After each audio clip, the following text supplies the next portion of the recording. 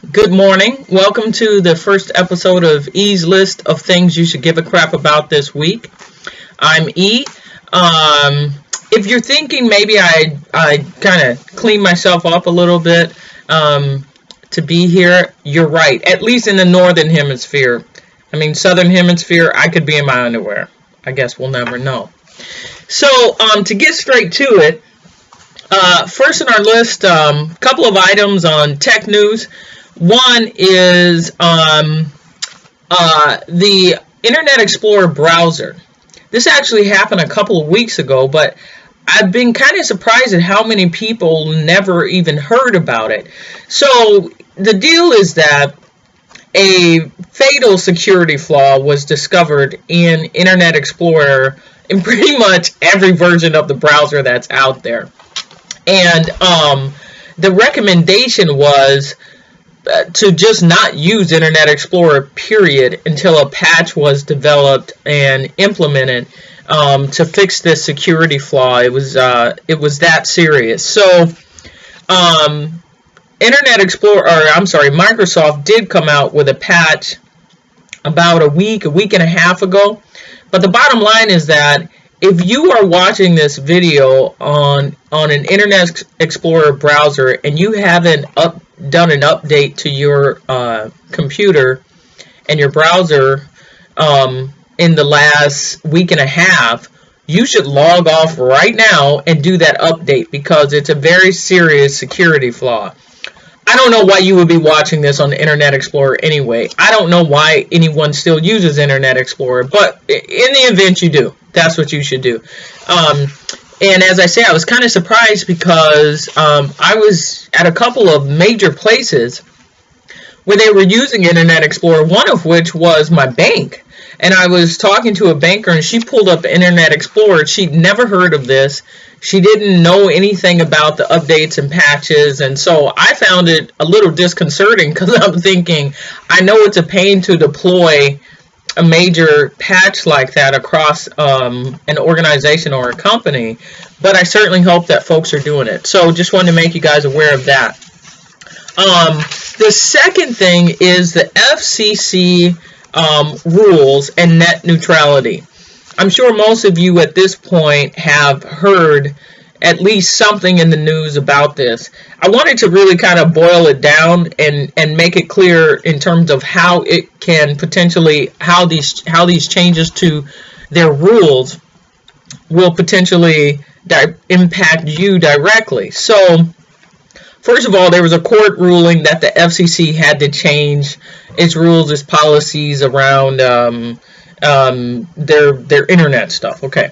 So right now, as it is, when people talk about net neutrality, what it is that all the traffic is treated the same. So whether you go and look at Kim and Mindy's wedding photos, or you go and pull up Gmail or Facebook, the traffic is treated equally. There's no, okay, here's the best analogy. There is no first class, preferred business class borders like you have on airlines where some people get to go first or some people get to go in a fast lane.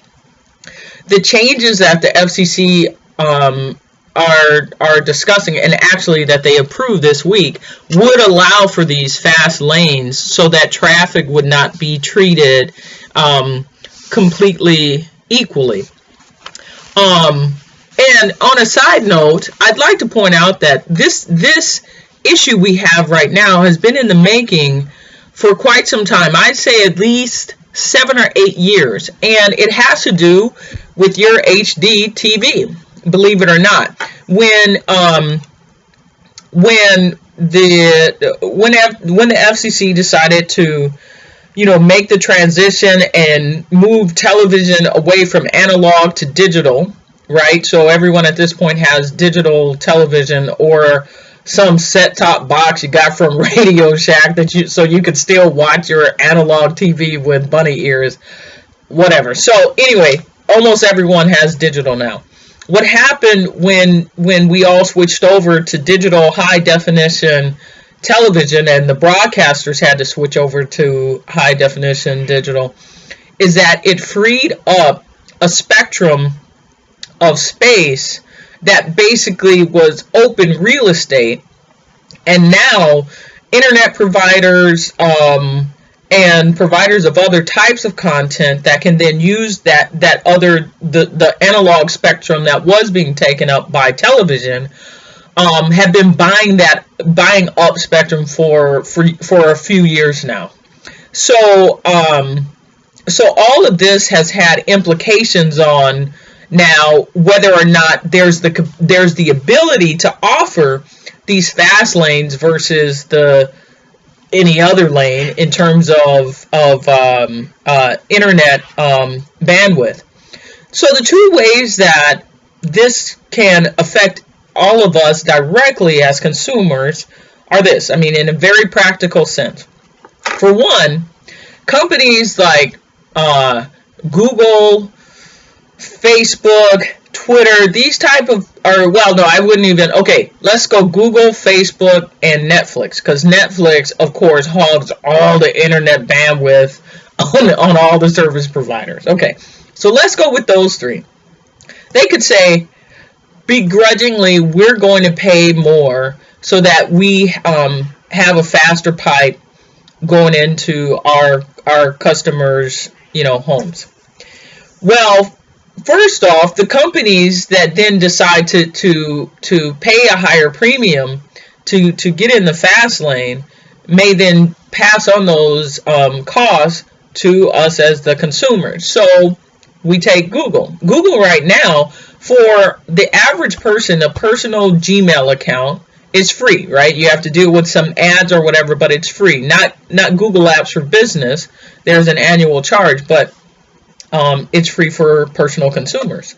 Google could decide, if you have a Gmail account, at that point, if they're paying more to make sure that they have fast service to get the information to you, they may pass on that charge and do something, set up a model, something modeled on what they already have. For example, with Google Apps, where they charge $5 a month, $50 a year annually or something for your Gmail account. That's completely possible. And I'm not saying that I've heard that, I'm not implying at all that I've heard Google has any intentions to do that. But obviously, if they pay more for a fast lane, somebody has to deal with the increased expense. Either Google will eat it, or they'll pass it on. And the same with Facebook, the same with Netflix. And we all know Netflix will just pass it on, because Netflix likes raising the price, don't they? So anyway, that's one way. The second way is that the cable providers could then decide, and I'd be shocked if they didn't, the likes of Comcast, Time Warner, AT&T, Uverse, they could say, well, listen, if we're going to have these different levels of speeds for internet, accessing things on the internet, we all know that they already at this point offer different packages in terms of how many megabytes per second you want. And, for example, I think AT&T charges a ridiculous amount for their slow internet service. And I have the fastest package, so I'm paying a premium for that already. But what I could envision the cable companies doing is basically creating tiers of internet service the same way that they have for television. So, you get their U200 package, and you get their basic package, and pretty much you have your local channels and a couple others. Like you can't even get Comedy Central if you get their basic package. And so I could see them kind of doing that, where you'd have to go with the U400 package of internet service, and that includes Facebook and Netflix and all that kind of stuff.